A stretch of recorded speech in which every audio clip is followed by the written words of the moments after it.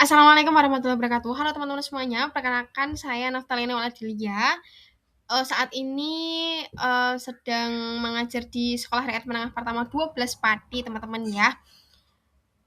Ini teman-teman, hari ini kita akan bahas tentang, tes CAT ya. Jadi kan ada, 3 tahapan ya, seleksi administrasi, kemudian tes CAT oleh BKN, dan yang terakhir adalah SKT atau seleksi tambahan ya.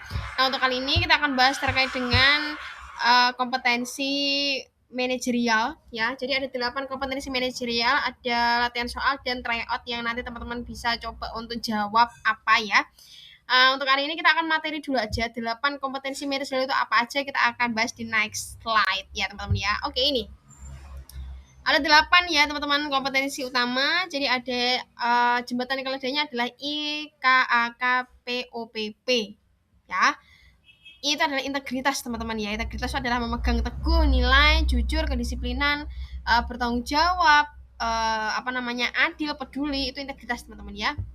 Kemudian ada kerjasama. Kerjasama itu adalah kemampuan teman-teman yang mampu untuk bekerja secara efektif, membangun sinergi, menghargai kontribusi orang lain, itu kerjasama teman-teman ya. Kemudian K, komunikasi.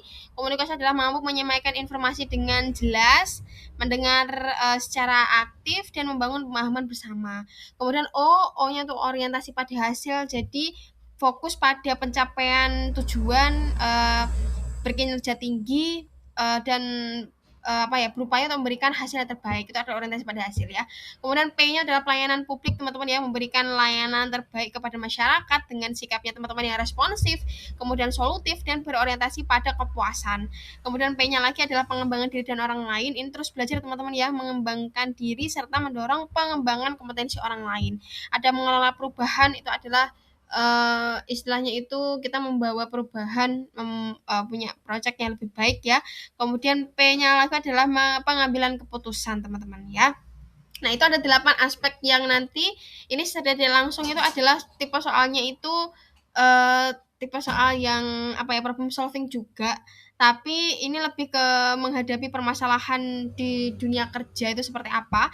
Jadi kalau misalnya teman-teman nanti bingung bedainnya, eh, bisa teman-teman pelajari menggunakan jembatan keledai teman-teman, namanya adalah IKPOPP, menjadi manajerial profesional, atau ingat kunci agar karir optimal, pelayanan, pengembangan, dan mengelola keputusan. Jadi ada integritas, kerjasama, komunikasi, orientasi pada hasil, pelayanan publik, pengembangan diri dan orang lain, pengembangan perubahan, dan pengambilan keputusan teman-teman. Jadi biar nanti bisa bedain teman-teman ya, antara mana tipe soal yang manajerial, mana yang sosiokultural gitu. Soalnya dulu ketika aku belajar juga, aku bingung gitu, perbedaannya apa. Ternyata selain perbedaan di konsep atau aspek kompetensi utama itu ya tadi ya, 8 tadi, ada juga tipe soalnya itu kalau manajerial itu opsi pilihan jawabannya hanya 4A sampai D aja.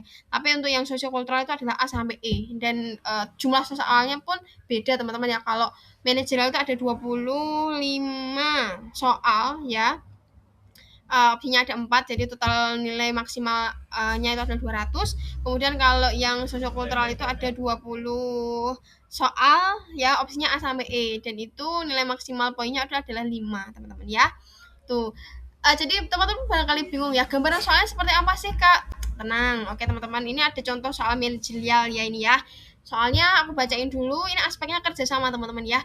Donita dan Elva adalah rekan kerja satu tim. Mereka berseteru terkait pengambilan keputusan akhir proyek yang sedang mereka kerjakan bersama. Keadaan semakin memanas saat mereka diminta untuk melakukan presentasi proyek. Tindakan Anda adalah A, saya menyarankan mereka untuk berunding dengan kepala dingin. B, saya membantu memberikan arahan agar mereka mendapatkan solusi terbaik. C, saya mempengaruhi mereka agar tak terjadi perseteruan yang lebih serius, bahkan sampai pada tindakan kekerasan. Dan D, saya meminta mereka untuk berbaikan ya sebelum mengambil keputusan lebih lanjut. Nah, untuk permasalahan seperti ini teman-teman ya, pilih jawaban yang nyata dan positif ya, nyata, positif, dan mendapatkan atau solutif juga ya. Dari A sampai D, jawaban dengan poin tinggi 4 itu adalah pada kunci jawaban yang B teman-teman ya. Saya membantu memberikan arahan agar mereka mendapatkan solusi terbaik, itu termasuk dalam satu hal yang positif dan solutif juga. Jadi Kamu mencoba untuk membantu kedua rekanmu untuk memperoleh solusi terbaik, menunjukkan kemampuan mediasi dan kerja sama tim, teman-teman ya. Kalau teman-teman jawab A, berarti poinnya 3 ya. Menyarankan berunding merupakan langkah positif, tapi keterlibatannya masih pasif, teman-teman ya. Jadi jawaban poin tinggi adalah yang B. Oke? Yuk, kita lanjutkan. Ini ada soal untuk teman-teman ya, latihan ya, ada 3 soal. Jadi untuk soal yang pertama aku bacain dulu aja. Rina mendapatkan tawaran beasiswa untuk melanjutkan pendidikan di luar negeri, akan tetapi beasiswa tersebut memberikan syarat TOEFL minimal 500 untuk bisa melanjutkan proses ke tahap pencairan dana. Jika Anda adalah Rina, maka apa yang teman-teman lakukan? A, saya akan belajar otodidak melalui YouTube dan sebagainya. B, saya mencari beasiswa lain yang memberikan syarat lebih mudah. Atau C, saya tidak mengetahui akan adanya syarat tambahan berupa TOEFL dan tetap melanjutkan pendidikan tanpa beasiswa. Atau D, saya mempersiapkan tes TOEFL dengan kursus jauh hari sebelumnya. Nah, kira-kira jawabannya apa nih teman-teman? Coba ya, jawab dulu. Di pause dulu ya, boleh? Next teman-teman, soal yang kedua, orang tua Anda sangat ingin makan makanan A, tapi dokter menyarankan agar ia tidak makan makanan tersebut disebabkan makanan A berbahaya untuk kesehatannya. Saat ini tindakan Anda adalah A, menasihatinya bahwa kesehatan penting untuk dijaga, atau B, memberikan makanan A sedikit saja agar tidak berdampak buruk, atau C, menasihatinya agar makan makanan A setelah ia sehat, atau D, membiarkannya memilih sendiri antara kesehatan atau makanan A. Jawabannya apa teman-teman? Oke, dikip dulu ya, tulis ya.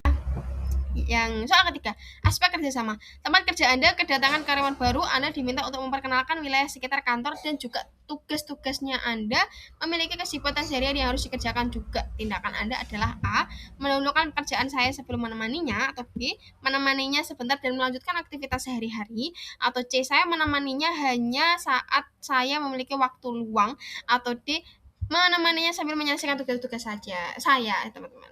Apa ini jawabnya kira-kira? Skip dulu ya. Nah, jawabannya ada di next slide. Nah, jawabannya nomor 1 poin 3 adalah D, jawaban nomor 2 itu adalah C atau poin tinggi, jawaban nomor 3 adalah D, B poin tinggi. Gimana teman-teman? Apakah betul semua atau kurang tepat? Di sini urutan poin soalnya itu adalah di sini jawabannya ya. Itu dari poin tinggi sampai terendah. Jadi tidak ada jawaban dengan poin 0 karena tidak menjawab, tidak ada teman-teman ya. Nah, ini yang pertama itu kenapa D? Karena teman-teman di sini mencoba untuk proaktif mempersiapkan TOEFL melalui kursus jauh-jauh hari sebelum hari H teman-teman ya, sehingga peluang mendapatkan beasiswa itu lebih besar. Kemudian yang kedua, pelayanan publik ini di sini cenderung jawaban yang paling tepat atau poin tinggi adalah C, mengarahkan orang tua menunggu sampai sehat, menunjukkan kepedulian dan mencegah risiko kesehatan. Dan nomor 3 itu adalah B teman-teman ya, membantu. Oke teman-teman, itu adalah 3 latihan soal yang teman-teman bisa pelajari ya. Dan satu hal yang pasti teman-teman ya, kita sudah memilih untuk berusaha, dan yakinlah bahwa setiap air mata, setiap doa, setiap waktu belajar yang kita korbankan, Allah melihat semuanya teman-teman ya. Nah, ini aku udah ngerancang teman-teman ya e-book untuk menemani teman-teman berjuang di P3K Guru Sekolah Hera tahun 2026 teman-teman ya. Berjuang lewat strategi, materi, latihan soal, kompetensi teknis, manajerial, sosiokultural, dan wawancara. Di sini based on experience teman-teman ya, yang dulu aku pelajari ketika P3K, dan ini aku susun kembali dalam e-book ya. Ada 217 halaman teman-teman. Jadi ada 3 paket bundling untuk try out teknis, kemudian ada 5 paket untuk sosial manajerial dan manajerial, kemudian 2 paket sosial kultural, dan 1 paket untuk wawancara teman-teman ya. Di sini juga ada tips trik gimana cara menjawab dengan poin tinggi. Pokoknya lengkap teman-teman ya. Yang mau filenya di sini teman-teman bisa untuk cek ya. Nah, belajar lebih siap, berjuang lebih terarah, raih peluang menjadi guru sekolah tahun 2026. Materi yang dulu saya pelajari, saya rangkum latih berulang kali untuk menghadapi tes CAT. Saya susun kembali dalam suatu file agar teman-teman tidak perlu memulai dari nol ya. Karena setiap halaman yang dipelajari, setiap soal yang dikerjakan bisa jadi semangat mengantarkan kita pada mimpi yang selama ini kita doakan teman-teman. Sudah ada linknya teman-teman di link bio aku, di link Instagram aku. Ketik aja teman-teman atau cek di deskripsi video di bawah teman-teman, aku udah lampirkan semuanya. Silahkan klik aja. Semoga apa yang teman-teman perjuangkan semoga dimudahkan Allah dan semoga bisa dimenangkan teman-teman ya. Jangan lupa untuk like, komen, dan subscribe teman-teman ya di video YouTube aku. Kalau misal teman-teman mau tanya, silahkan aja drop aja di kolom komentar teman-teman ya. pantau terus ya videonya aku di YouTube ini, aku akan bahas terkait serba-serbi sekolah rakyat seperti apa. Pokoknya stay tune terus ya teman-teman ya. Terima kasih yang udah join dan see you in the next video teman-teman. Assalamualaikum warahmatullahi wabarakatuh.